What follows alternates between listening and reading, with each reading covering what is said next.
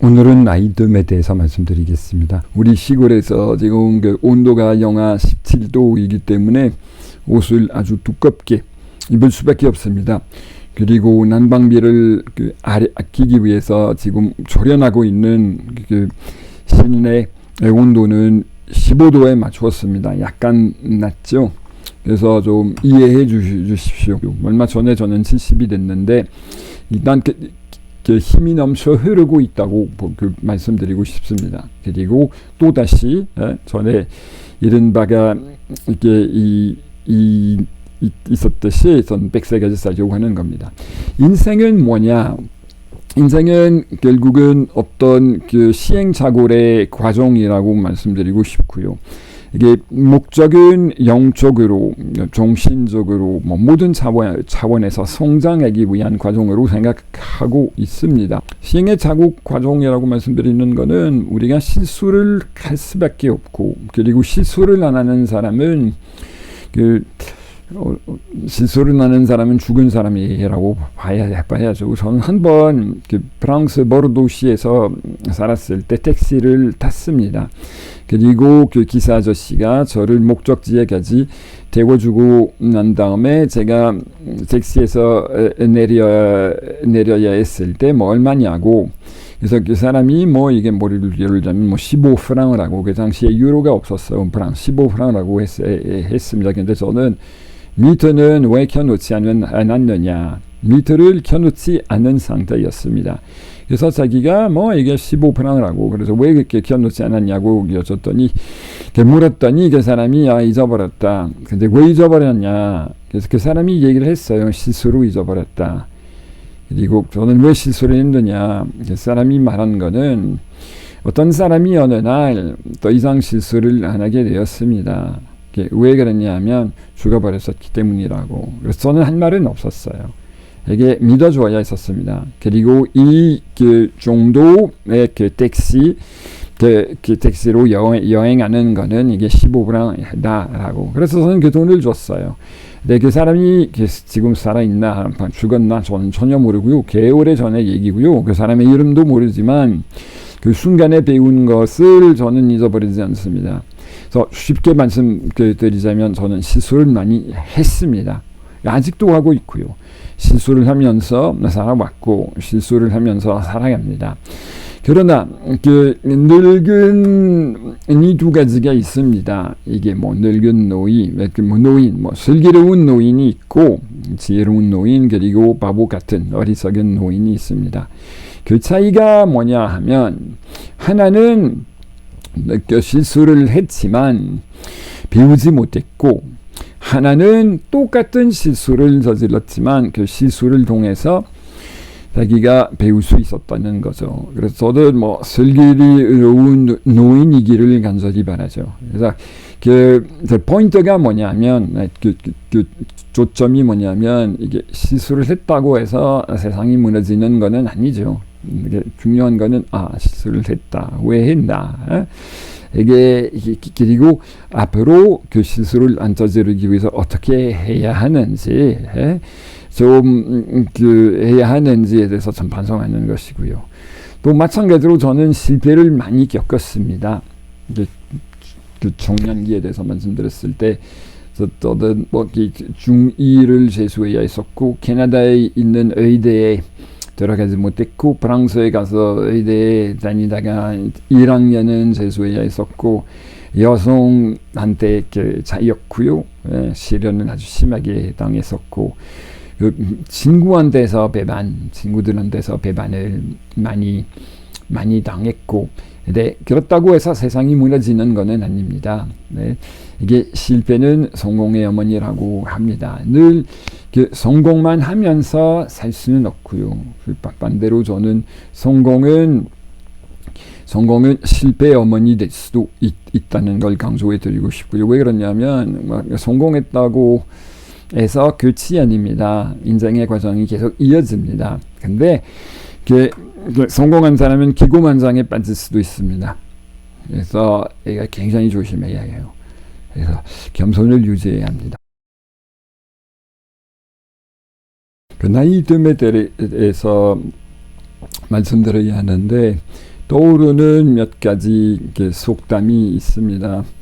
뭐 하나는 뭐 뼈가 익을수록 그 고개를 숙인다라고.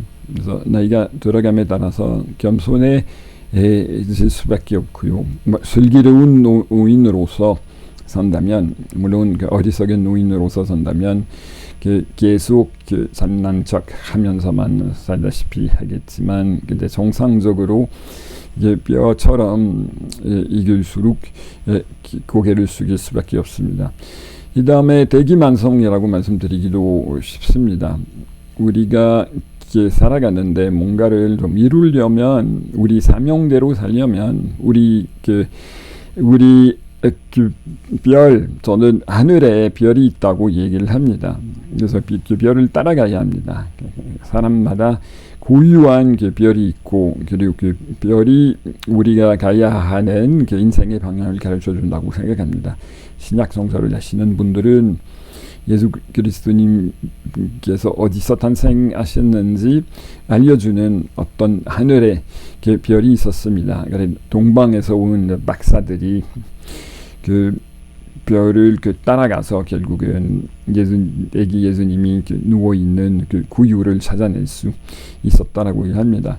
그래서 마찬가지로 다들 별이 있다고 봐요. 그런데 그 별을 쉽게 발견하지는 못하고요. 처음에는 희미하게 보이기 때문입니다. 그런데 갈수록 희미한 것이 좀 더 두드러지게 보이고요. 그래서 대기만성이라고, 뭔가를 좀 의미심장하게 좀 남다르게 고유하게 하려면 시간이 필요하다는 그 사실을 인정해야 합니다. 그 다음에 그것과 함께 멀리 가려면 이제 대비를 해야 하고요. 여기서 제가 아주 좋아하는 한국 속담은 깊이 움츠리는 개구리가 멀리 뛴다라고 얘기를 합니다. 그래서 이게 한국에 온 지 오래 안 돼서 어떤 식당에서 식당에서 어떤 가족이 운영하는 식당에서 주인을 만났고요. 저에 대해서 뭐 질문하고, 그리고 뭐 제가 물어보기도 하고, 누구신지, 뭐 결혼한 지 얼마 되셨나, 아이가 몇 명이냐, 뭐.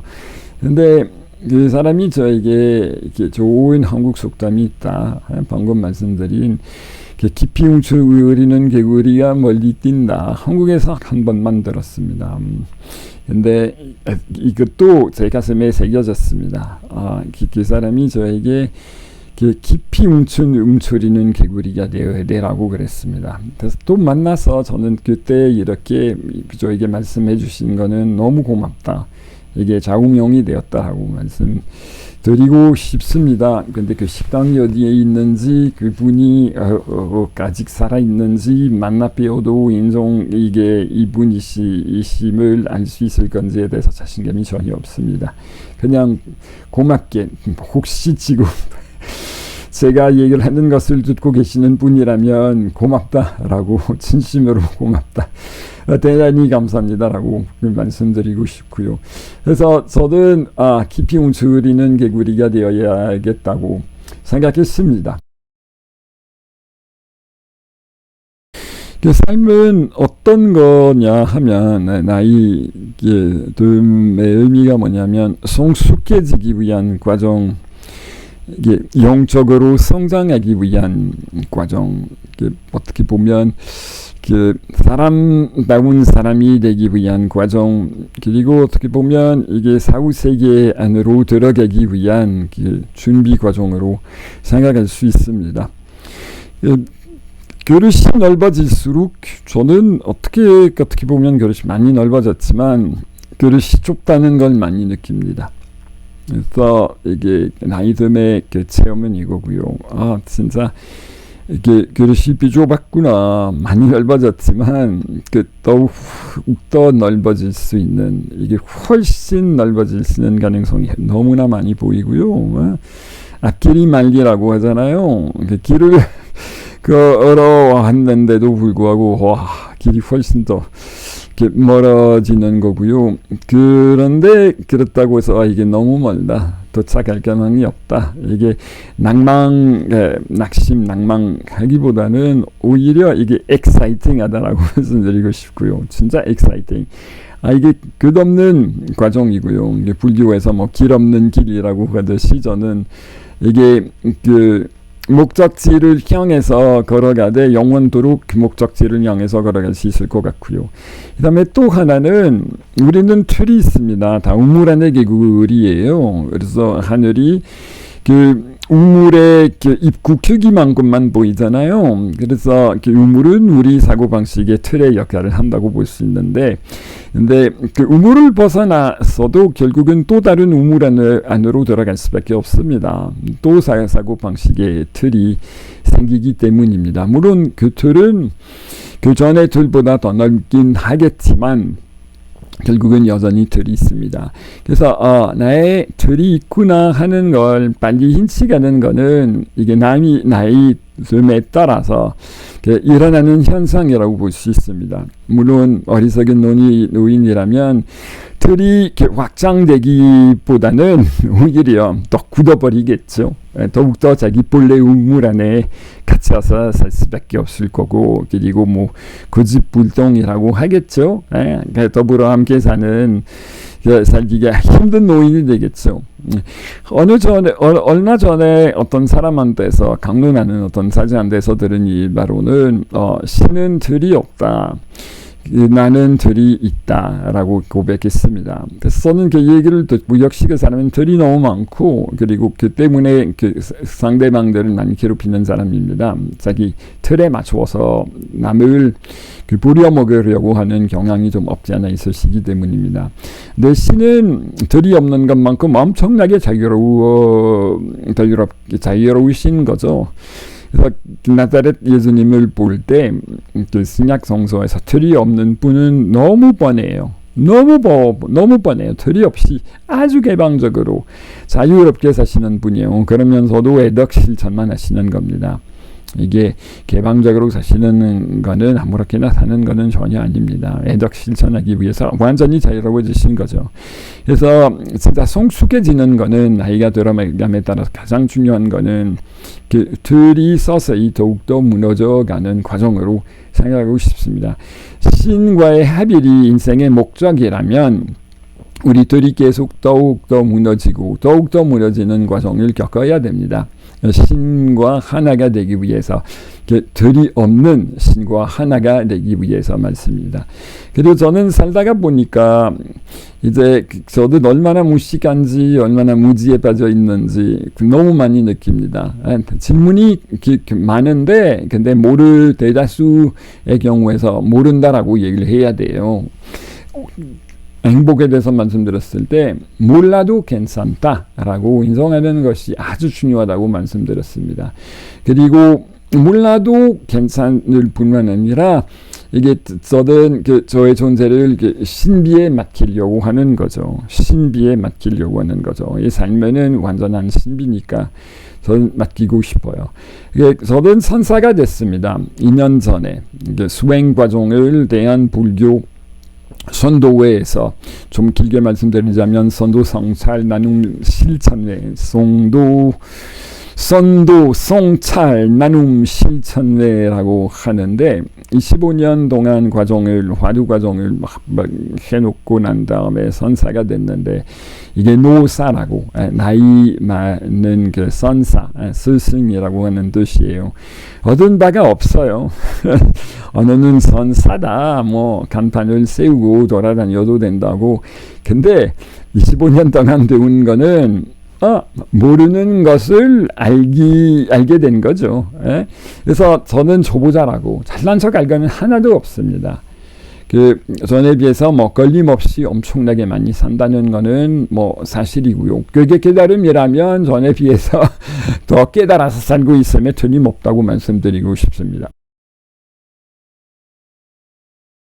인생의 과정은 불교 전문 용어로서 말씀드리자면 사자성어로 말씀드리자면 인생고해만이 아니라 생로병사라고 생로병사이치 태어나서 늙어지고 병에 걸려서 죽어버리고 만다. 뭐 사실 이게 해피스토리예요. 왜냐하면 늙어질 시간조차도 없이 요절하는 사람들이 너무나 많기 때문에 생로병사의 지혜를 끝까지 따라갈 수 있다는 것은 상당히 운이 좋은 거죠. 저는 어떻게 부검하면서 해부실에서 어떤 캐나다 키벡주 몬트리올 지하실에 있는 성모병원의 지하실에 있는 내부실에서 얼마나 죽음과 부딪혔는지에 대해서 묘사해 드렸고, 근데 제 주위에 부검이라면 자기 가족은 아니잖아요. 자기 친지가 아니고 모르는 사람의 시신에 부검을 하는 거고요. 그래서 저는 죽음을 제 주위에 엄청나게 많이 겪었는데, 첫 번째 죽음의 사건은 남동생이 정상 관리를 섭취해가지고 바로 죽어서 자살한 것. 이 다음에 주조의 첫 번째 여자친구, 제가 여자한테서 차였다고 말씀드렸죠. 근데 우리가 헤어진 지 5년 후에 의대를 졸업하자마자 약 복용을 해서 자살했었다는 것. 1979년도에 우리 누나가 흑색종 이 안구에 눈 아래에 생겨서 1988년도에 세상을 떠나셨고요. 이게 아이 하나 남기고 40 정도도 안 된 채 요절을 한 거고, 이 다음에 부모님은 2009년도에 아버님께서 돌아가셨고, 그 다음에 어머님께서 돌아가셨고, 그 주위에 그보다 훨씬 더 많은 사람이 돌아가셨는데, 지금 아주 가까운 사람들의 경우를 말씀드렸고요. 부모님이 세상을 떠나고 난 다음부터 우리와 죽음 사이에 난간이 무너지는 거나 마찬가지예요. 최근에 와서 제가 살고 있는 시골에서 어떤 난간을 전문가한테 좀 만들어 달라고 부탁드렸습니다. 어떤 석춘면이 있는데 높이는 3m예요. 그리고 그 석춘면은 냉장고 돌로 만들었기 때문에 그 위에서 왔다 갔다 할 수 있습니다. 근데 조만간 누군가 떨어질 수도 있다라고 생각했습니다. 소잃고 외양간 고치기라고 하는데, 사람이 위에서 떨어지면 이게 상당한 골절이 생기거나 아니라면 진짜 이게 불구가 될 수 있을 정도니까 사고가 나기 전에 난간을 만들자. 그러면 난간이 있으니까 떨어지지는 못해요. 그래서 죽음에 있어서 부모님께서 살아계실 때, 그리고 양친 중에 하나만 살아계신다 하더라도 그 난간의 역할을 해요. 이게 죽음의 벼랑과 우리 사이에. 근데 부모님이 세상을 다 떠나시게 된다면은 이제 죽음이 이게 가깝다. 이게 저의 차례구나. 그 다음에 부모님의 세대가 더 이상 안 계시기 때문이라는 얘기예요. 살아계시는 동안에 우리를 죽음으로부터 보호해주고 있다는 걸 우리가 느끼지는 못해요. 세상을 떠나시고 난 다음부터 죽음이 굉장히 가까워지기 시작하는 것 같은 느낌이에요. 누군가가 선배로서 부모님이 살아계시는 동안에 잘 모셔드려야 한다. 부모님이 없는 세상은 완전히 다른 세상이다라고 저에게 예고해 주셨습니다. 저는 이게 무슨 뜻일까? 곰곰이 생각했었죠. 이게 화두가 됐었죠. 근데 부모님이 둘 다 돌아가시고 난 다음부터 이 뜻이구나. 그래서 나이 들면 뭐냐 하면 이거는 죽음을 서서히 싹일 수 있는 거죠. 길들일 수 있는 과정이라고 봐야 합니다. 그리고 그거는 긍정적으로 생각해야 돼요. 행복에 대해서 말씀드렸을 때 죽음을 두려워하면서 살기보다는 죽음은 각오하고 삶으로서 더 본질적으로 살아야 한다고 말씀드렸어요. 생로병사에 대해서 말씀드리고 있는데, 사에 대해서 말씀드렸죠. 저는 40대부터 몸이 달라지기 시작한 건 많이 느꼈죠. 주름이 많고 세치도 많고 골다공증이 있다는 얘기를 들었죠. 누나가 흑백종에 걸리셨기 때문에 피부과 의사 선생님이 저에게 햇빛을 완전히 피하라고 얘기를 했습니다. 근데 바보 같은 조언이었습니다. 왜냐하면 햇빛을 완전히 피하면서 살다시피 한다면은 비타민 D가 안 생겨요. 그래서 저는 비타민 D가 안 생겼기 때문에 따로 섭취하지 않았기 때문에 뼈가 약해졌죠. 그래도 뭐 그것과 함께 살고 있습니다. 말씀드리고 싶은 거는 나이가 들어감에 따라서 몸이 달라지기 시작한다 하더라도 힘이 청년기만큼 강하지 않다 하더라도 이게 살지 못하는 거는 아닙니다. 여기 아프다 저기 아프다 저는 괜찮다라고 생각해요. 이게 형이 의사로서 저에게 한번 뭐 아프면 어떠냐, 저는 아프면 절대 안 된다고 생각했었거든요. 그런데 조금 아파도 저기 아파도 뭐 괜찮아요. 저는 건국에서 샀는데 4번 수술을 받아야 했었습니다. 탈장 수술 왼쪽 오른쪽, 이 다음에 어깨 수술, 어깨가 좀 뻣뻣해지기 시작해서 남자들이 뭐 받아야 할 소변이 잘 안 나게 하기 때문에 받아야 할 수술도 받았습니다. 그래서 근데 그렇다고 해서 이게 뭐 생로병 병의 단계라고 하되 전에 생활의 질이가 삶의 질이가 떨어진 거는 아니에요. 오히려 수술들을 통해서 동청을 통해서 많이 배우죠. 겸손이 중요하다고 아까 말씀드렸잖아요. 벼가 이길수록 고개를 숙인다라고. 그리고 그렇다고 해서 제가 강조해 드리려고 하는 거는 인생의 마감을 해야 하는 거는 아닙니다.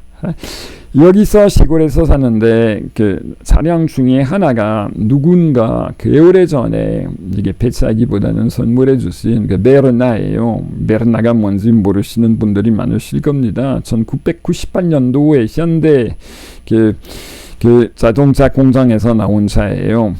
25년이 됐다는 얘기예요. 근데 차가 잘 굴러가요. 물론 이것도 수리해야 했었고 저것도 수리해야 했었고 수동이고 전자제품이 전혀 안 들어간 거고 자동차 정비장에서 몇 번이 배차할 때가 됐다라고 얘기를 했는데 저는 왜 배차하겠습니까? 이게 가족이다. 이게 자동차에 대한 애정이 많아요. 최근에 와서 정기적으로 받아야 할 검사를 받았는데 이게 차의 바디 아랫부분이 차의 몸이 좀 부식이 되기 시작했다. 근데 뭐 2년 3년 동안 더 살 수 있을 것 같다라고 그랬어요. 그래서 요가 뭐냐? 제가 지금 말씀드리려고 하는 거는 이게 차가 망가지기 시작했다고 해서 한참 전부터 망가지게 노병의 단계임에도 불구하고 사가 아니다라는 이야기예요. 그래서 사람의 몸은 마찬가지예요. 여기저기 좀 마모되고 뭐 대행성 현상이 여기저기 일어난다고 해서 인생의 끝이 전혀 아니라는 거죠. 함께 더불어 함께 살 수 있고요. 중요한 거는 그것보다 마음으로, 정신적으로, 영적으로 밝아지는 것, 너그러워지는 것. 이게 핵심입니다. 몸이 생로병사의 질을 따라가고 있다고 해서 우리가 영적으로, 정신적으로, 마음으로 오히려 젊어질 수 있다는 게 너무나 확실해요. 오늘 나이듦에 대한 나눔을 이것으로 마치기로 합시다. 감사합니다. 오늘은 서명원 신부의 나이듦, 늙어간다는 것 이야기를 전해드렸습니다. 최보식의 언론은 최고의 기자 안목으로 만드는 국내 거의 유일한 고품격 인터넷 신문입니다. 오피니언 리더들이 많이 보는 인터넷 신문 최보식의 언론 인터넷 포털 사이트 검색창에 최보식의 언론 검색해서 들어와서 함께 해주시죠. 유튜브 구독, 좋아요 꾹 눌러주시고요. 쇼츠도 응원해 주셔서 감사합니다.